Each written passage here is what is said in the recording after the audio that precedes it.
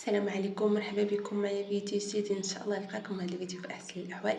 اليوم ان شاء الله نقدم معكم الدجاج محمر، كيجي هائل جدا ومحمر، وكيجي المذاق ديالو بنين بزاف، وكيجي كذلك الصدر ديالو فتي ومشرب لينا الشرموله، ما كيجيش نهائيا ناشف. غنبدا معكم ان شاء الله بالطريقه والمقادير في نفس الوقت. بالطريقه هذه علمتها ليا ماما، كتجي هائله، كيجي المذاق ديالو بحال ديال العراسات تماما. بالنسبه للمقادير، هنا عندنا واحد الاناء غنديروا فيه جوج حامضات كبارين معصورين، كما كتشوفوا تبارك الله راه فيهم داك العصير.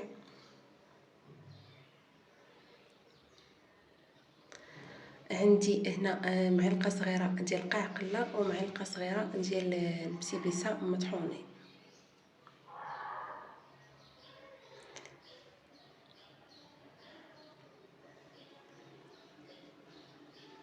غندير نص معلقه صغيره ديال القرفه،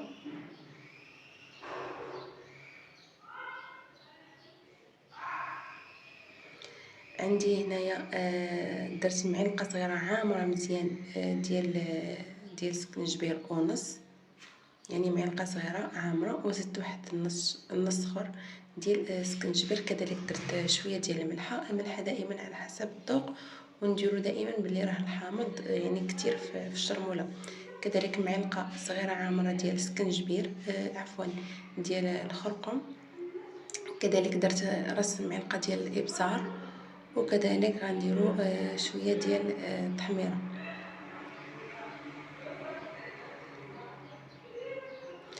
هنا غادي نضيفوا داك الربيع، عندنا قزبر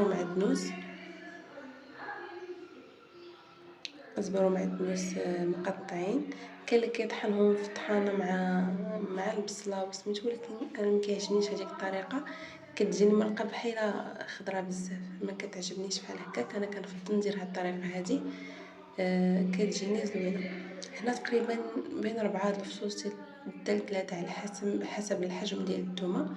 غنحكم في حكاكه رقيقه بحال هكا كما كتشوفوا معايا في الفيديو.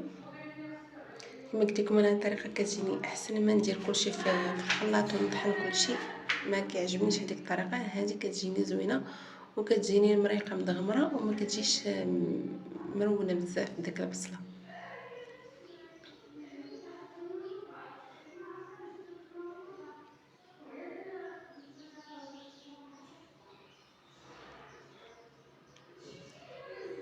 عندي هنا ضويمه ديال الزعفران.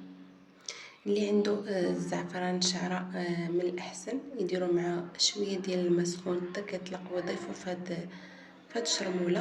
انا ما كانش عندي متوفر، فدرت هذه ديال الضويمه ديال الزعفران. غادي نبداو نشرملو في الدجاج ديالنا.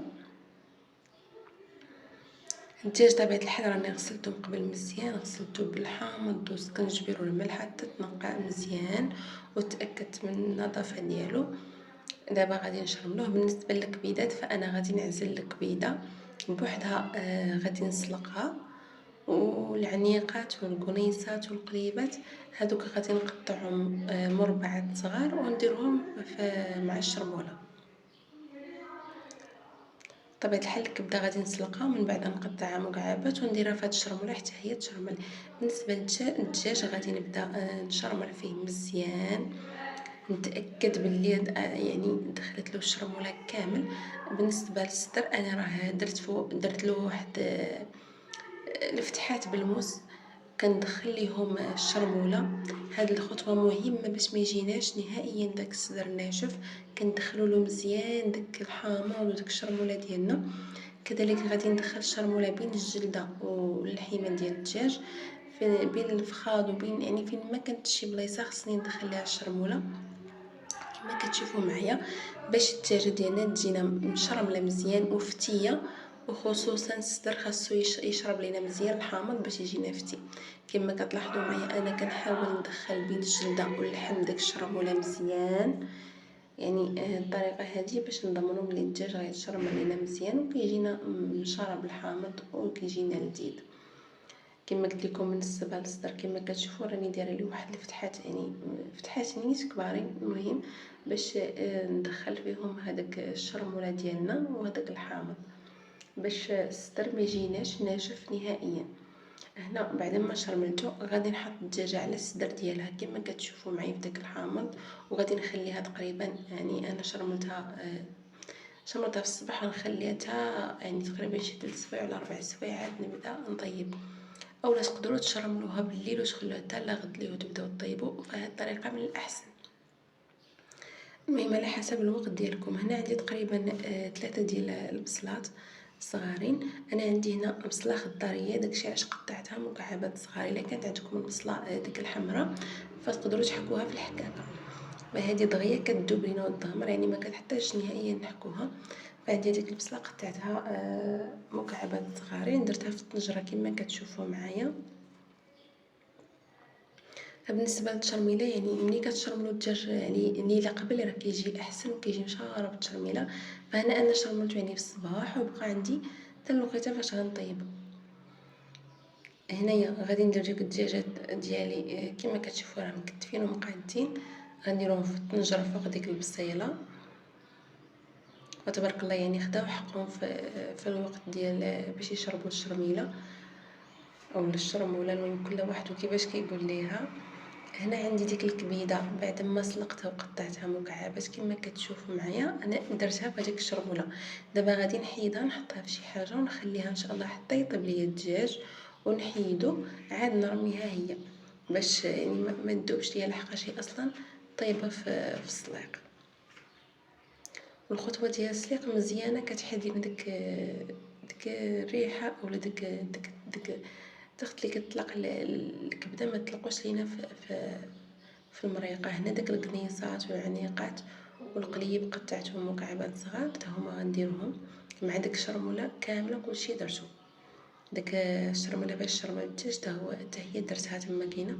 هاد الكبيده هادي كما كتشوفوا معايا راني سبقت قلت لكم سلقتها وخليتها تشرمل. دابا غنخليها جانبا حتى نحيد ان شاء الله الدجاج ونرميها.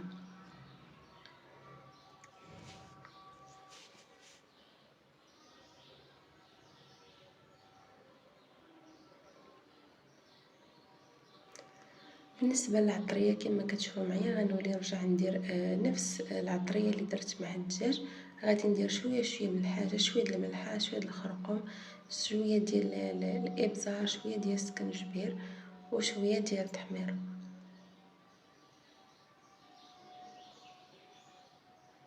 كذلك درت واحد 3 حتى 4 ديال ورقه سيدنا موسى اولا ورقه الرند، تجي زوينه مع الدجاج. كذلك عندي تقريبا نص كاس ديال الزيت.